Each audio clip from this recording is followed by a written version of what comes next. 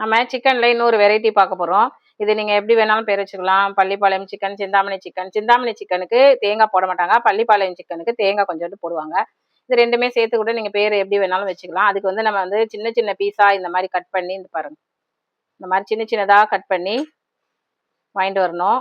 அதுக்கப்புறம் வந்து சின்ன வெங்காயம் நல்லா கொஞ்சம் எவ்வளோ போடுறீங்களோ அவ்வளோக்கு நல்லா டேஸ்ட்டு. ஏன்னா காரம் வந்து காஞ்ச மிளகா தான். அதுக்கப்புறம் வந்து மஞ்சத்தூள் போட்டுக்க போகிறோம். தேங்காய் இறக்கும் போது போட்டுக்க போகிறோம். பெப்பர் தூள், கொஞ்சம் லெமன் புளிஞ்சிக்க போகிறோம். கருவேப்பிலை தாளிக்க, இஞ்சி பூண்டு சிதைச்சி வச்சுருக்கோம். அடித்து வச்சுக்கலாம். நீங்கள் நான் சும்மா நசுக்கி இஞ்சி பூண்டு எடுத்திருக்கேன். இது காஞ்ச மிளகா எடுத்திருக்கேன். தாளிக்க எண்ணெய் எடுத்திருக்கேன். இப்போ எப்படி பண்ணலான்னு பார்க்கலாம். இப்போ வந்து இதுக்கு நல்லெண்ணெய் எடுத்துக்கோங்க.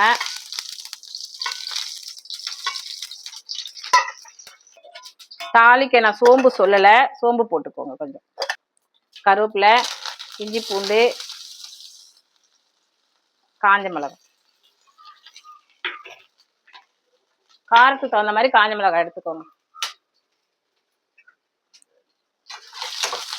இதை நல்லா வறுத்துட்டு இந்த சின்ன வெங்காயத்தையும் போட்டுக்கோங்க.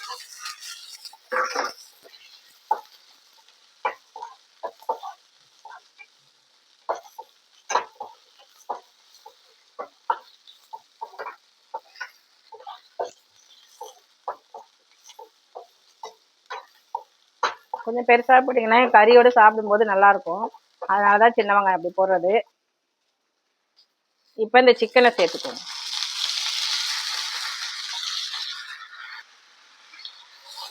இதுவே தண்ணி விடும். அதனால் நீ தண்ணி வேணும்னா நீங்கள் சேர்த்துக்கோங்க. இல்லைன்னா இதுவே தண்ணி நமக்கு விட்டு வரும். இப்போ இதில் கொஞ்சோண்டு மஞ்சத்தூள் சேர்த்துக்கோங்க.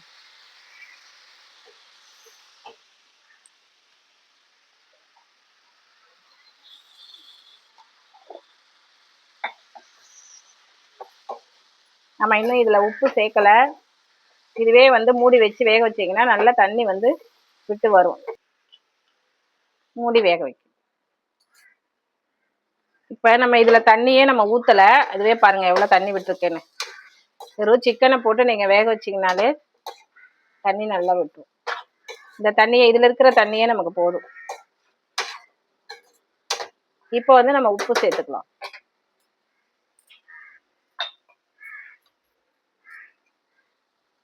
சால்ட்டு தான் நான் சேர்க்குறேன்.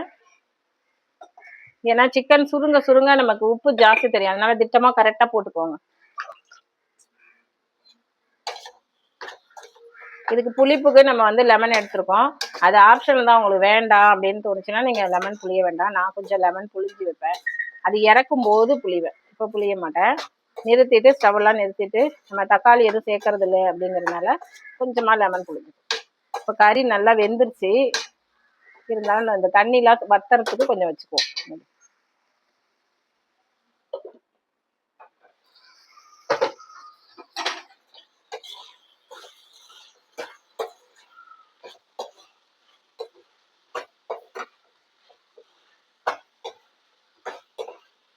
இந்த ஸ்டேஜில் நம்ம என்ன பண்ணுறோம், பெப்பர் தூள் சேர்க்குறோம்.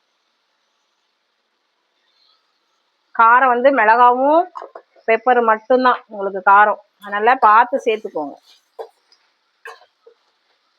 இப்போ இந்த ஸ்டேஜில் இது ஆப்ஷன் தான். தேங்காய் வேணும்னா சேர்த்துக்கோங்க, இல்லைன்னா விட்டுருங்க. இது நம்ம எடுத்து கறியோடு சாப்பிடும்போது நல்லாயிருக்கும்.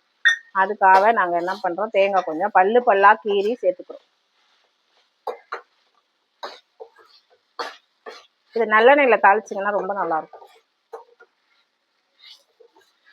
இந்த ஈரல்லாம் இதில் போடணும்னு இல்லை. இவர் வாங்கிட்டு வந்து தரேன்னு நான் போட்டிருக்கேன். இந்த மாதிரி சிந்தாமணி சிக்கன், பள்ளிப்பாளைய சிக்கன்லாம் நீங்கள் பண்ணும்போது 2ம் கம்பைன் பண்ணி தான் நான் உங்களுக்கு செஞ்சு காமிச்சிருக்கேன். அப்படி பண்ணும்போது நீங்கள் என்ன பண்ணுறீங்க, இந்த ஈரல்லாம் இல்லாமல் பார்த்துக்கோங்க. எங்கள் வீட்டில் வாங்கிட்டு வந்துட்டாங்களேன்னு நான் போட்டிருக்கேன். நீங்கள் செய்யும்போது அதெல்லாம் சேர்த்துக்காதீங்க. இந்த மாதிரி எலும்பு பீஸ்லாம் தேவையில்லை. இந்த மாதிரி கறி பீஸாக குட்டி குட்டியாக இருந்தா இருக்கு பாருங்க. இந்த மாதிரி கறி பீஸாக இருந்தாலே போதும். அதுதான் நல்லாயிருக்கும் எடுத்து சாப்பிட.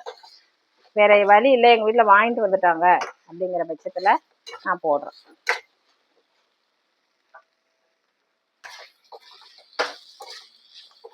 இதில் ஓரளவுக்கு எல்லாமே நம்ம போட்டுட்டோம். உப்பு சும்மா சின்ன கம்மி இன்க்ரீடியன்ஸில் டக்குன்னு ஒரு ரச சாதத்துக்கு, ஒரு ஃப்ரைட் ரைஸுக்கு, ஒரு தயிர் சாதத்துக்கு கூட, ஒரு சப்பாத்தி கூட சாப்பிட்றதுக்கு இது நல்லாயிருக்கும்.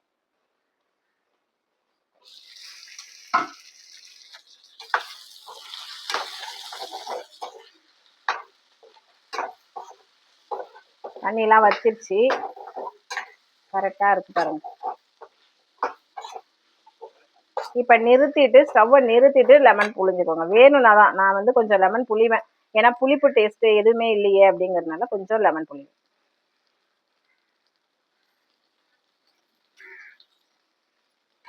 கொத்தமல்லி கருவேப்பிலை.